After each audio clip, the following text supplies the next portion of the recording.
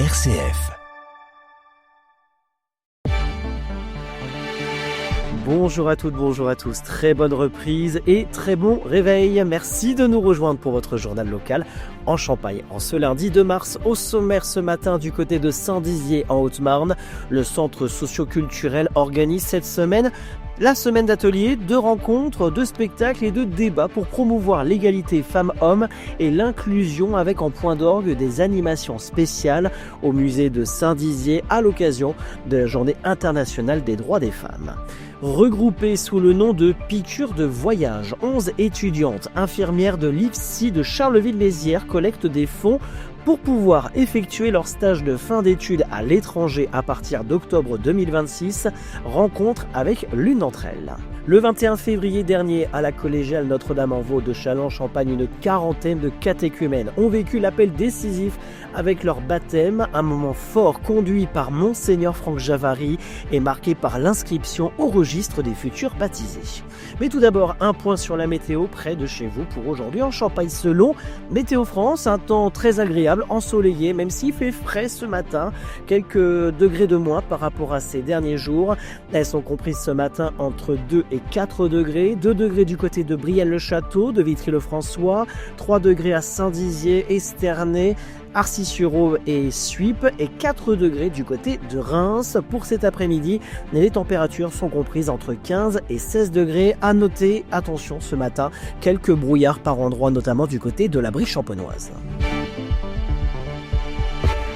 RCF Cœur de Champagne, le journal Christopher Fausten. À partir d'aujourd'hui et jusqu'au 8 mars en Haute-Marne, le centre socio-culturel de Saint-Dizier propose une semaine d'action pour sensibiliser et agir en faveur de l'égalité femmes-hommes et de l'inclusion au programme ateliers, rencontres, sport, culture et débats. Lundi, une randonnée de l'égalité ouvrira la semaine, suivie d'activités comme l'initiation à l'aïkido self-défense, des ateliers sur le handicap, des jeux pédagogiques ou des rencontres avec des professionnels engagés. La culture occupe une place importante. Vendredi, une journée d'improvisation théâtrale transformera les histoires des habitants en spectacle. Samedi à 18h30, un ciné-débat sur les discriminations dans le sport et dimanche à 11h, un spectacle sur la condition féminine et la mixité seront proposés. Une exposition valorisant le parcours de femmes dans l'histoire numérique sera visible tout au long de la semaine.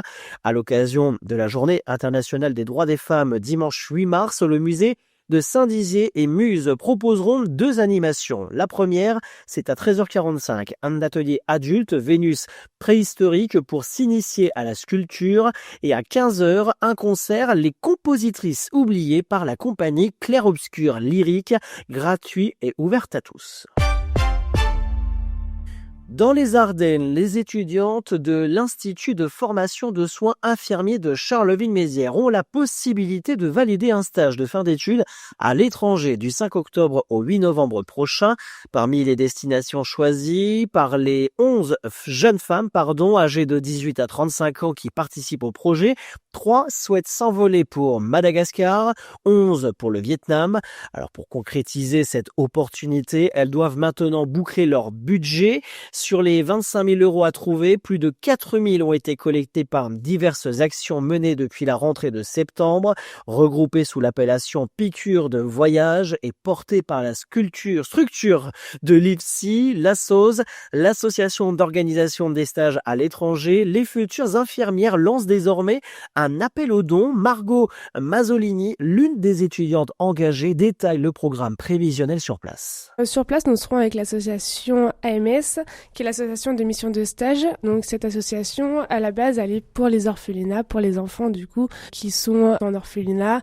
Donc dans un premier temps, nous serons dans cet orphelinat une fois par semaine pour être auprès de ces jeunes. Et puis après, on sera en stage, donc c'est-à-dire 7 heures par jour dans un hôpital universitaire où là, on va pouvoir découvrir les différents soins et on va pouvoir aller dans différents services que ce soit la maternité, la chirurgie, les urgences, donc ça va être vraiment assez varié. C'est vrai que là-bas, au Vietnam et à Madagascar, les soins sont pas comme en France, c'est des soins qui peuvent être payants, donc en fait, on va avoir vraiment une recherche et une réflexion qui va être nous, en fait, on est chanceux de pouvoir avoir bénéficié de soins en France. Et c'est vrai que là-bas, c'est pas forcément la même réalité.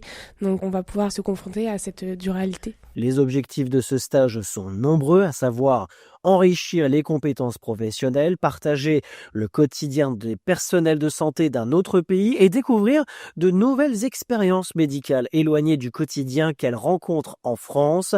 Un voyage qui sera bien un stage qui vient valider les crédits nécessaires à l'obtention du diplôme et non un voyage humanitaire. Si vous souhaitez soutenir l'action de Piqûre de Voyage, rendez-vous sur le site Hello Asso en recherchant l'association d'organisation des stages à l'étranger. À bien écrire en toutes lettres, celle basée à Charleville-Mézières, et vous pouvez faire un don du montant de votre choix. Ils étaient une quarantaine à s'engager dans la dernière ligne droite avant leur baptême. Le 21 février dernier, les catéchumènes du diocèse de Châlons ont vécu l'appel décisif à la collégiale Notre-Dame-en-Vaux. Chacun a été appelé par son nom par l'évêque Monseigneur Franck Javary. Un moment fort où l'Église reconnaît officiellement chaque candidat comme choisi par Dieu. Me voici. Me voici. Me voici. Après l'appel nominal et la liturgie de la parole, l'évêque a interrogé les candidats. À chacun, il a demandé s'il désirait recevoir les sacrements du baptême, de la confirmation et de l'Eucharistie, une étape essentielle pour prendre pleinement conscience de ce geste spirituel. Voulez-vous être initié par les sacrements du Christ, le baptême, la confirmation et l'Eucharistie? Oui, nous le voulons. La célébration s'est ensuite poursuivie par l'inscription au registre des futurs baptisés. Pour Axel et Emma de l'espace missionnaire du Pertois, ce fut un moment symbolique et émouvant. On ressent de la joie forcément, bien sûr, et puis on est entouré de ceux avec qui on a fait notre chemin sur la foi, et donc forcément on arrive vers une conclusion de ce chemin qui est le début de notre vie chrétienne. Là où on renaîtra dans les eaux du baptême très prochainement.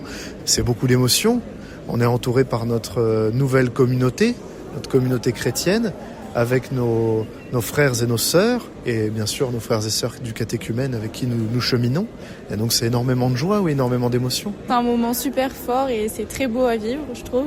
Et c'est bien d'être entouré et de voir qu'il y a énormément de monde aussi. Parce que j'ai vu qu'il y avait des personnes qui n'étaient pas non plus parrains et marraines qui sont venus nous accompagner. Donc voilà. J'ai fait du caté quand j'étais plus petite, mais j'ai arrêté. Et j'ai perdu mes grands-parents et je me suis dit qu'il fallait que je me baptise aussi en mémoire d'eux et aussi pour moi. Et on m'a demandé d'être marraine aussi en même temps, donc voilà, beaucoup de choses. Une pierre deux coups. Oui. Des images de cette célébration sont à retrouver sur les réseaux sociaux du diocèse de Châlons. Et la nuit de Pâques, tous recevront le sacrement du baptême dans leur paroisse. Et un mot de sport. Hockey sur glace, les Gaulois de Châlons lancent leur play-off avec les huitièmes de finale face à Vaujany-Grenoble. En déplacement en Isère samedi dernier, les Chalonnais se sont inclinés au terme d'un match engagé et intense, joué sur des détails. Alors, rien n'est fait pour l'instant, il reste 2 rencontres pour renverser la série. Le prochain rendez-vous, c'est ce samedi soir, 18h15, 18h30 à la patinoire Cité Glace, où le public chalonnais sera attendu pour pousser son équipe. Et en football, Ligue 2, nouveau match nul et vierge du Stade de Reims. C'était dans l'Hérault vendredi dernier face à Montpellier. De son côté, les Troyens affronteront Amiens au Stade de la Licorne ce soir à 20h45. Fin de ce journal, l'actualité en continu sur les réseaux sociaux de RCF Cœur de Champagne et notre site rcf.fr. Très bonne matinée à tous.